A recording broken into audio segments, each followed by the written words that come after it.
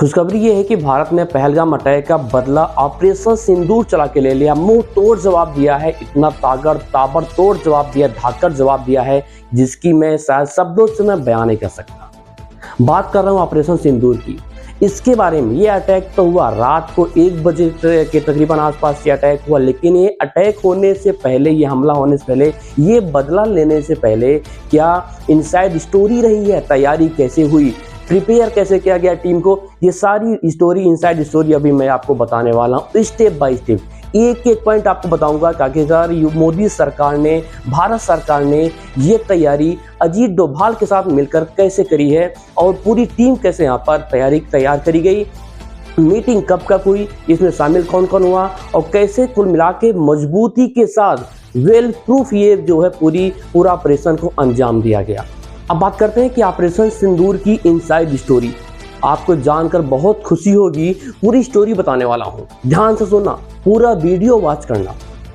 रा ने 21 टारगेट बताए, 3 मई को प्लानिंग हुई, 5 मई को मंजूरी मिली और ऑपरेशन में शामिल अफसर को 4 दिन तक साउथ ब्लॉक में बंद किया गया। उनको किसी से जो है कनेक्ट नहीं होने दिया गया। ऑपरेशन सिंदूर कब कैसे हुई, प्लानिंग कैसे हुई, चलिए बताता हूं आपको। सबसे पहले 3 मई को दिल्ली के साउथ ब्लॉक में मीटिंग हुई और इस मीटिंग में कौन कौन शामिल हुआ आपको बता देता हूं।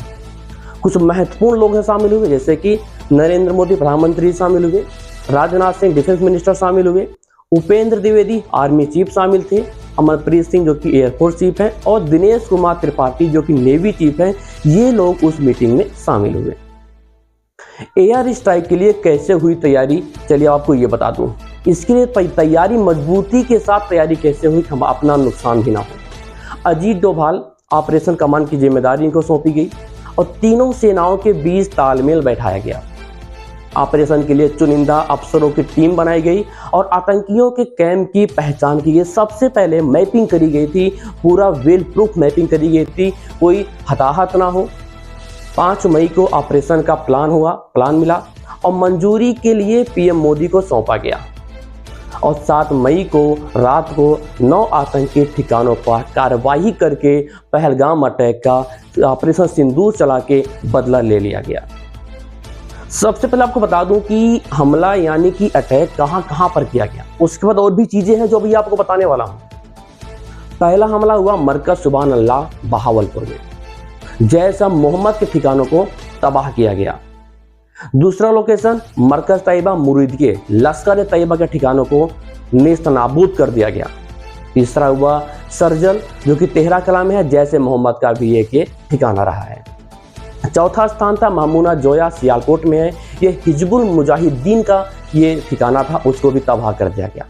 5वां स्थान है मरकज अहले हदीस बरनाला, ये भी लश्कर तैयबा का ठिकाना था।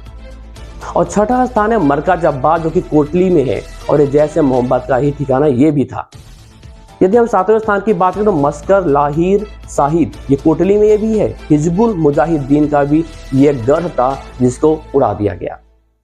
8वां स्थान है सवाई नाला कैंप मुजफ्फराबाद में, ये भी लश्कर तैयबा का ठिकाना था। और 9वां स्थान है सैदना बिलास कैंप मुजफ्फराबाद, ये भी जैसे मोहम्मद का एक ठीकरा था जिसको पूरी तरीके से तबाह कर दिया गया इंडियन फोर्स की तरफ से। अब पहलगाम हमले के 11वें दिन यानी कि 3 मई को दिल्ली में एक मीटिंग हुई। सबसे पहले साउथ ब्लॉक में हुई इस मीटिंग में प्रधानमंत्री नरेंद्र मोदी, रक्षा मंत्री Rajnath Singh, army chief general Upendra Dwivedi, air force chief marshal Amarpreet Singh और navy chief admiral Dinesh Kumar Tripathi इस मीटिंग में शामिल हुए। मीटिंग में तय किया गया कि पाकिस्तान और पीओके में आतंकी ठिकानों पर एक बार फिर एयर स्ट्राइक की जाएगी, तभी तो बदला हम ले पाएंगे और मुकाबला तो करना था, मुंहतोड़ जवाब उनको देना था। इसी दिन प्लानिंग में शामिल अफसर साउथ ब्लॉक में शिफ्ट हो गए। 5 मई को हमले का प्लान पीएम मोदी को दिखाया गया। इसके बाद पहलगाम हमले के बदले के लिए ऑपरेशन सिंदूर को मंजूरी मिल गई। आखिरकार इंडियन एयरफोर्स 6-7 तारीख मई की आधी रात में 1:05 पर पाकिस्तान और पीओके में एयर स्ट्राइक कर दी। सिर्फ 25 मिनट में चले ऑपरेशन में 7 शहरों में 9 आतंकी ठिकानों को तबाह कर दिया गया। मात्र 25 मिनट में, इतने कम समय में पूरे इस तहकमे को अंजाम दे दिया गया। 29 अप्रैल को पहली बड़ी मीटिंग हुई थी, आपको इस शुरुआत में ले चलता हूं। और 24 अप्रैल को प्रधानमंत्री नरेंद्र मोदी बिहार के मधुबनी में थे। पहलगाम हमले पर उन्होंने कहा कि मैं स्पष्ट शब्दों में कहना चाहता हूं कि आतंकियों को और इस हमले की साजिश करने वालों को उनकी कल्पना से कड़ी सजा मिलेगी, जितना कि सोचे भी नहीं होंगे, और सजा मिलकर रहेगी। अब आतंकियों की बची खुची जमीन को भी मिट्टी में मिलाने का समय आ गया है, मोदी जी ने मधुबनी में यही कहा था। और सोर्स ये बताते हैं कि ये इशारा था कि कुछ बड़ा होने वाला है, और सबको उस समय अंदाजा हो गया था कुछ बिगेस्ट होने वाला है। 29 अप्रैल को पीएम नरेंद्र मोदी ने रक्षा मंत्री Rajnath Singh, NSA Ajit Doval, CDS general Anil Chauhan और तीनों सेनाओं के चीफ के साथ एक मीटिंग करी। और सोर्स ये भी बताते हैं कि ऐसे ही एक और मीटिंग 3 मई को दोबारा हुई थी, दोबारा ऐसी सेम मीटिंग करी गई 3 मई को। और इसी में तय हुआ कि पाकिस्तान में चल रहे टेरर कैंप खत्म करने के लिए हमें ठोस कदम उठाना बहुत जरूरी है। इसके बाद तीनों सेनाओं के चुनिंदा अफसरों की एक टीम बनाई गई, सिलेक्टेड लोगों को, और टीम को साउथ ब्लॉक में ही क्वारंटाइन किया गया। किसी को बाहर जाने या किसी से कांटेक्ट करने की इजाज़त बिल्कुल नहीं थी। उन्हें पर्सनल फोन इस्तेमाल करने या परिवार से बात करने की भी परमिशन नहीं दी गई। 5 मई को अजीत डोभाल ने ऑपरेशन का प्लान प्रधानमंत्री नरेंद्र मोदी को मंजूरी के लिए सौंप दिया। अब उसके बाद मीटिंग में फैसला लिया गया, मीटिंग में फाइनली यह फैसला लिया गया कि पाकिस्तान और पीओके में आतंकी ठिकानों पर एयर स्ट्राइक की जाएगी, और तीनों सेनाओं के अफसरों की एक टीम बनाई गई। 4 दिन के लिए साउथ ब्लॉक में ही रहे अफसर, उनको कहीं बाहर नहीं जाने दिया गया। भाई आप कहीं बाहर नहीं जाओगे, मैटर लीक नहीं होना चाहिए, प्लान लीक नहीं होना चाहिए, जो ब्लूप्रिंट बना है वो लीक नहीं होना चाहिए। पर्सनल फोन और फैमिली से कांटेक्ट भी नहीं करने दिया गया इनको।